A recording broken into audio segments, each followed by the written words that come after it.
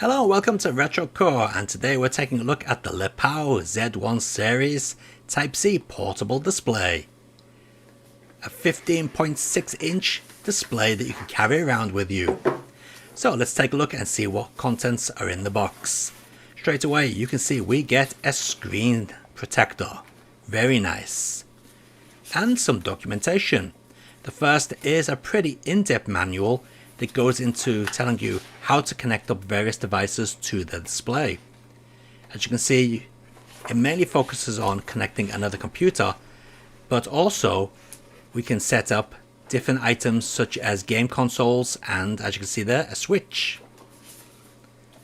The other manual we have is basically just a quick start guide. Great big massive version of some of the pages taken out of the main manual. Yep, even how to connect the switch. First accessory we see is the power brick.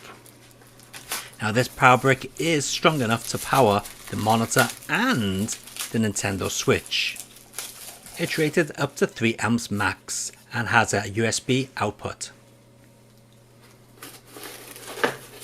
Next up we have the monitor, but we'll take a look at that in a moment. First let's take a look at what cables we get.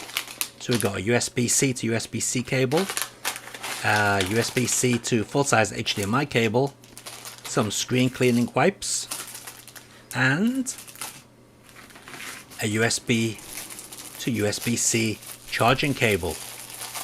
And this one's got that snazzy orange end tip on it. Very nice. So here we are taking a look at the main event, the actual monitor. And as you can see, it comes in this lovely, silky feeling slip case with 2 speaker holes at the top. And yes, it does feel very nice. Quality.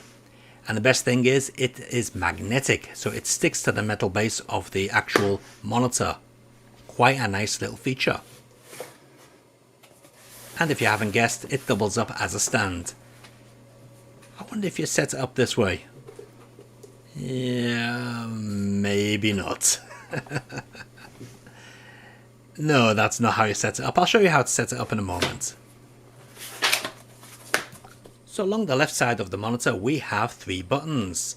The 2 end ones being the volume and the middle one being the selector. And 2 USB-C ports, with the bottom one being the power and the top one being the input. Be sure not to get those mixed up. Around the right hand side we got absolutely nothing. And the same goes for the bottom of the device and also around the top of the device. So yes, no full-size HDMI input here. On the back of the device we have the 2 speaker grills, and yes, this is in stereo. You do get stereo sound, which is quite nice. And some little details there. The back of the device is fully metal, got a nice cool feel to the touch. Same thing with the frame around the front. Right, let's get rid of this screensaver.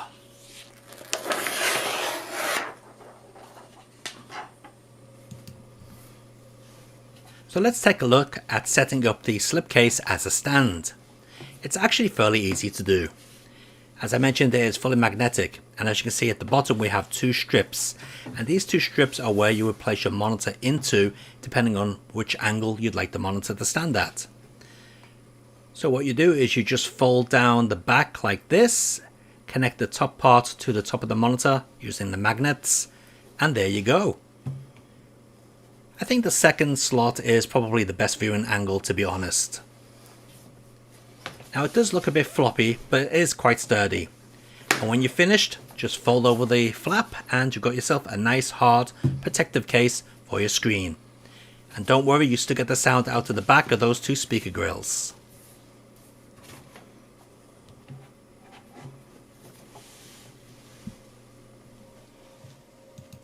Now you may be wondering, what sort of setup can you use this Lepau monitor for? Well, how about using it as a dual monitor with a laptop? Yes, so as you can see we've got our Dell laptop here, and what we're going to do is set this up as a dual monitor system, so we can have one thing playing on the laptop screen and something else on the Lepau screen. Now, as you can see, the color difference on the Lepau to the Dell is quite startling. The Lepau looks a lot better, a lot more vibrant than the actual monitor on the Dell PC.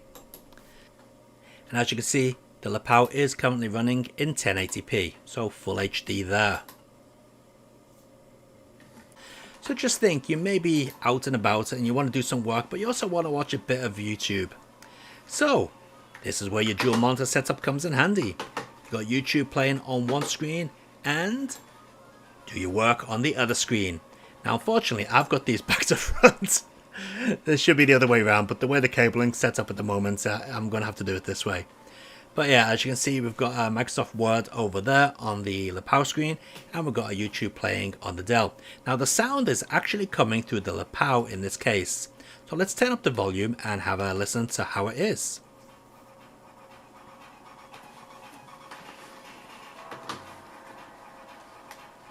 Yeah, not too bad. Let's make sure we got the volume switched up on the YouTube video as well.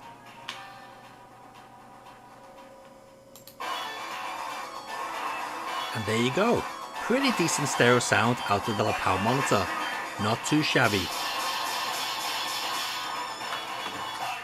This week on Battle of the Ports, we are taking a look at Data East's Fighters History Dynamite, the sequel to the famous game that Capcom tried to sue Data East over. Now I just want to show you how good this lapel monitor is compared to the Dell PC here.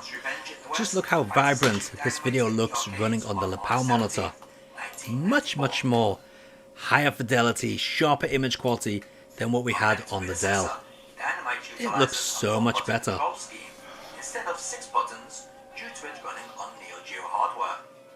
It mostly refines the gameplay from the first game, with movements being much smoother and putting more focus on combos. Much like in the first game, each character... Now the manual to this monitor makes a big deal about using a Switch or the game console on it. So let's see how it works. So first of all, make sure you've got your power into the monitor, and then your USB-C cable comes from the monitor and plugs into your Switch. Now what this will do is actually power the monitor and charge the Switch. So the Switch will appear on the monitor now and be charged, as you can see.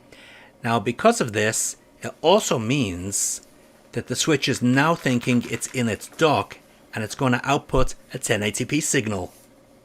Let's just put these controllers into the separate control unit.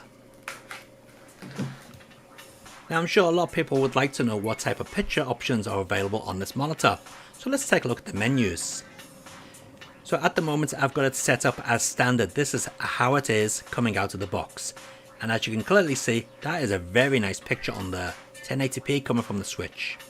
So the first option we got here is to change the different inputs. Type C1, C2 or HDMI. We've also got this option here to change the color tone on it. But we'll keep that down to basically 0 standard. And we also got an HDR mode. Yes, this is an HDR compatible screen. But you know, Switch doesn't have HDR, so it doesn't work. It just goes a bit iffy when you switch it on. So what we can also do is change the language. So let's put it into English. Usual options there. We got the transparency for the on-screen display and the on-screen display timer. You know, standard options, nothing too special. So let's go back out of there by pressing by holding in the center button. Here you can see we can change the color temperature. We've got it on user at the moment, but you can have warm, cool, and that's about it. But you can set the color temperature to anything you want by modifying the blue, green and red values. We've got an eco mode and DCR mode and aspect ratio as well. Now aspect ratio is pretty cool for those devices that are 416:9, but they should be 4:3. So that's a very nice option to have on there.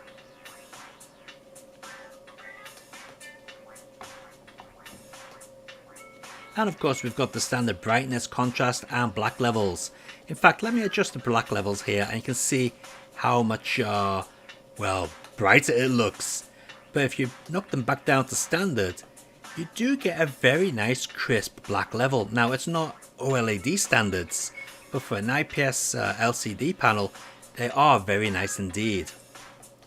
And while we're here, let's just mess with the contrast and see what that does. Yeah, it's getting a little bit too bloated there, I think. And let's knock that brightness, basically the backlight, all the way up to 100. Oh yeah, that is pretty bright. And of course you can knock it all the way down as well for nighttime viewing.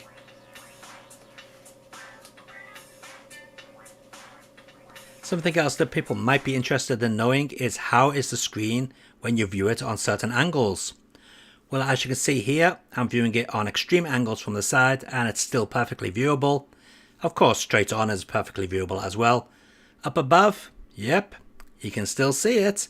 And even viewing from down below, you can see it perfectly fine at that angle as well. So yes, this screen does have a very nice wide field of view. Now, one thing a lot of people will want to know is how laggy is this monitor? Does it make your games unplayable? Well, I don't actually have a scientific way of measuring this, but I can show you me pressing the button and the character reacting on screen, and as you can see, it is pretty instant. In fact, playing it on this monitor and playing it on the actual Switch screen feels exactly the same to me. No difference whatsoever. So, in my opinion, as far as gameplay is concerned and the way the game feels, it's exactly the same as playing on the Switch, but now on a much bigger and, I'm going to say, much cleaner and better looking screen. Now, there is actually a reason why I bought this monitor, is because I wanted to connect it up to my camera's HDMI video out. You know, my eyes are getting old now and I can't really see the screen on the back of the camera very clearly without having to take my glasses off all the time, which is very inconvenient. But unfortunately, I don't have a micro HDMI to USB-C cable, which is a bit of a bummer. So yeah, only full-size USB, which is a trick this monitor is missing. So now I'm going to have to go and get myself a converter cable. And there we have it, the lapel monitor. I'm very happy with my purchase, especially with the frame being made of metal. Gives me a nice bit of peace of mind when carrying it about all over the place. Now, there is space for the HDMI full-size port on the side, but unfortunately we only get these two USB-C inputs. Also, you better be careful not to mix up the power with the inputs. You don't want to do that. But yeah, it would have been nice to have the extra HDMI on there full size. The mat or the case that it comes with is very good. I like the way it's magnetic and it doubles up as a pretty substantial stand. Link in the video description down below if you're interested.